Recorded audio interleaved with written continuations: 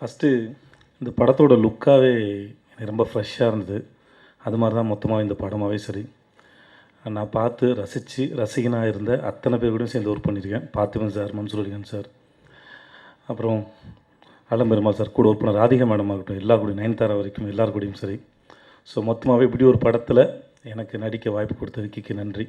ஏன்னா இந்த படம் நான் விக்கி கிட்ட ஃபஸ்ட்டு கதை கேட்கும்போது ராம் சாரோட ஆஃபீஸில் வச்சு தான் கேட்டேன் கதையை. விக்கி சொன்ன மாதிரி அப்படி தான் ஆரம்பிச்சிருந்த ரிலேஷன்ஷிப். அப்போ தான் கேட்டுட்டு ஒரு மாதிரி 50-50 ஓகே அப்படின்னு நான் வந்தேன் நான். அதுக்கப்புறம் விக்கி நானும் மீட் பண்ணுவோம், திரும்பி டெவலப் பண்ணுறத பற்றி வேறு சொல்லுவாப்பில், அப்படியே வேறு ஹீரோஸ் அப்படி இப்படின்னு போயிட்டே இருந்தது.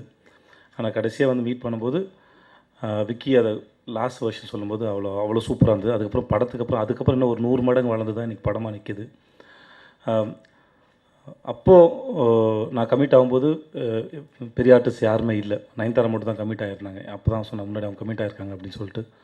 ஸோ இப்படி ஒரு இவ்வளோ பெரிய படமாக வரும்னு நான் எதிர்பார்க்கவே இல்லை. முதல்ல இந்த படத்தை இவ்வளோ பெரிய படமாக உருவாக்குன்னு சப்போர்ட் பண்ணேன் தனுஷ் சாருக்கு மிகப்பெரிய நன்றி. ஏன்னா நான் புதுப்பேட்டையில் ஒர்க் பண்ணேன். அப்படி ஒர்க் பண்ணும்போது நான் ஃப்ரெண்ட்ஸு புதுப்பேட்டையில் பசங்க இவங்கெல்லாம் சேர்ந்து ஒரு 10-15 பேர் இருப்போம். கிரிக்கெட்லாம் விளையாடுவோம், செல்வா சார், தனுஷ் சாரோடலாம். அப்போது நான் அன்றைக்கி பார்த்த அந்த மனுஷன் எப்படி இருந்தாரோ, அதுக்கப்புறம் இந்த படத்துக்கு போகும்போது அவர் வீட்டில் பார்த்தபோதும் அப்படி தான் இருந்தார்.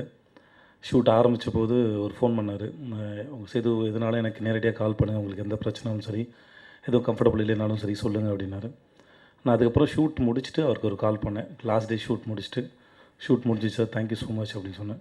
ஸோ அவ்வளோ கம்ஃபர்டபுள். ஒன்றரை பார் ப்ரொடக்ஷன் நடிச்சு ரொம்ப சந்தோஷப்படுறேன். அப்புறம் வந்து இந்த கிரேட் அனிருத் என் படத்தில் வந்து ஒர்க் பண்ண ரொம்ப ஆசைப்பட்டேன். அப்போ அவர் ரொம்ப பிஸியாக இருந்தார். அனியோட மியூசிக்கில் இந்த படம் நாங்கள் இத்தனை பேர் சேர்ந்து செஞ்ச வேலையை அந்த ஒத்த மனுஷன் வந்து அது அப்படியே 50% இன்க்ரீஸ் பண்ணிட்டார் அவரோட மியூசிக்கில். அவ்வளோ பெரிய சப்போர்ட்டு.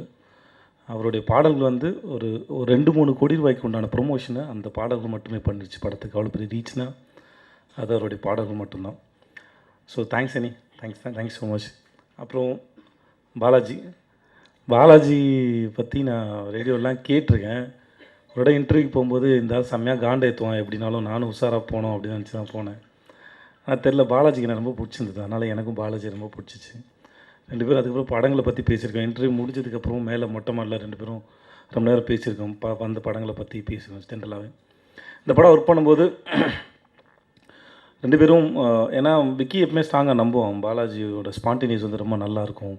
மச்சான் உன்னால் முடியுண்டா, நீ அப்படியே போர்வெல்ல அப்படியே போட்டு நடுற அப்படிமா. ஸோ டயலாக்ஸ் கூட அவ்வளோவா இருக்காது. ஆனால் பாலாஜியோட ஸ்பான்டினிட்டி வந்து ஐடியா மட்டும் விக்கி சொல்லுவோம், இந்த மாதிரி போட்டுக்கும் போது தேவையானதை கரெக்ட் மட்டும் பண்ணி பார்ப்பல. ஸோ அந்த ஐடியா அது பாலாஜியோட ஸ்பான்டினிட்டி அதெல்லாம் சேர்ந்து அவ்வளோ சூப்பராக ஒர்க் அவுட் ஆச்சு. அதே மாதிரி தான் பார்த்திபன் சாரோட ஒர்க் பண்ணணும் சரி. அவர் அந்த இடத்துல அவர் டெவலப் பண்ணுறதுலாம் அவ்வளோ சூப்பராக இருக்கும். அப்புறம் மன்சூர் அலிகான் சொல்கிற ரியாக்ஷன்ஸ் கடைசியில் வரும்போது என்னென்னமோ பண்ணுறாரு அவர் வாட்டுக்கு. அவரோட பாடி லாங்குவேஜ் வந்து ஒரு டைனோசர்ஸ் உள்ளே நடந்து வர மாதிரியே இருந்தது. அந்த கடைசி சீன்லாம் வந்து எனக்கு அவ்வளோ பிரமாதமாக இருந்தது. இல்லை, அந்த பாடி லாங்குவேஜ் எடுத்து உள்ளே வச்சா சார், அது செம்மையாக பண்ணிங்க சார்.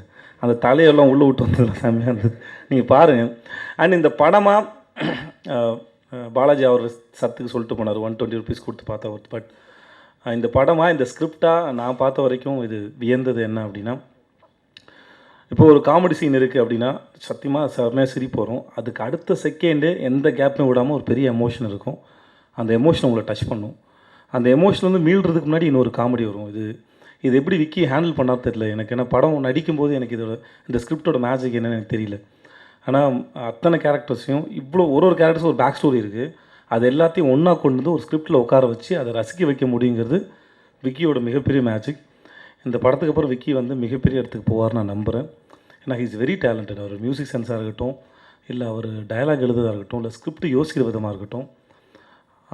ஒரு ஸ்கிரிப்ட்டு ஒர்க் பண்ணுறதுக்குமே டெவலப் பண்ணிட்டே போவாப்பில். சரி ஷூட்டிங் முடிஞ்சு போச்சு, அதுக்கு மேலே எதுவும் பண்ண மாட்டாப்புல அப்படின்னு நினச்சா அதை உட்காந்து சீனை முன்ன பின்ன மாற்றி போட்டு வேறு பண்ணி பார்த்து அது ஒரு அழகான ஒரு பொம்மையை உருவாக்குற வரைக்கும் அவ்வளோ போராடுற ஒரு மனுஷன் விக்கி. ஸோ விக்கி இதுக்கப்புறம் மிகப்பெரிய இடத்துக்கு போவார் நம்புகிறேன். அப்புறம் என்னோடய ஹீரோயின் நயன்தாரா, அவங்கள பற்றி சொல்லணும்னா ஷி இஸ் வெரி டெடிக்கேட்டட். அவங்கக்கிட்டேருந்து இந்த படத்தில் நான் ஒன்று கற்றுக்கிட்டு எடுத்துகிட்டு போனதுன்னா, நான் சாதாரணமாக ஒரு 20 நிமிஷம் பிரேக்கு, ஒரு 5 நிமிஷம் பிரேக் அப்படின்னா நான் போய் கேரவனில் போய் உட்காந்துக்கிறதுல தூங்குறது, ரெஸ்ட் எடுக்கிறது, அப்படி ஏதாவது ஒன்று பண்ணுவேன். ஆனால் அவங்க வந்து 1 மணி நேரம் பிரேக்னாலும் சரி, 2 மணி நேரம் சரி, அவங்க அங்கே தான் இருப்பாங்க.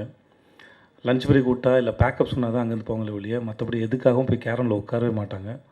அங்கே நைட் ஷூட் போனாலும் சரி, ஒரு 2 மணி நேரம் பிரேக் நான் கூட போய் ரெஸ்ட் எடுத்து தூங்கிட்டு வரேன், அதெல்லாம் பண்ணவே மாட்டாங்க. அவ்வளோ டெடிகேட்டட். அதே போல் எனக்கு முன்னாடி அவங்க ரொம்ப சீனியர். அந்த ஆட்டிடியூட் அவங்ககிட்ட ஒரு நாள் கூட நான் பார்த்ததில்ல. ஃபஸ்ட் டே ஷூட் போகிற வரைக்குமே எனக்கு ரொம்ப பயம் இருந்தது. ஏன்னா ஒரு சீனியர் ஆர்டிஸ்ட்டு அவங்க ஏதாவது வகையில் ஆட்டிடியூட் காமிச்சிட்டாங்கன்னா அவங்கள பார்த்து நான் ரியாக்ட் பண்ணும், அது எப்படி நடக்கும் அப்படின்ற மாதிரிலாம் எண்ணங்கள் எனக்குள்ளே இருந்தது.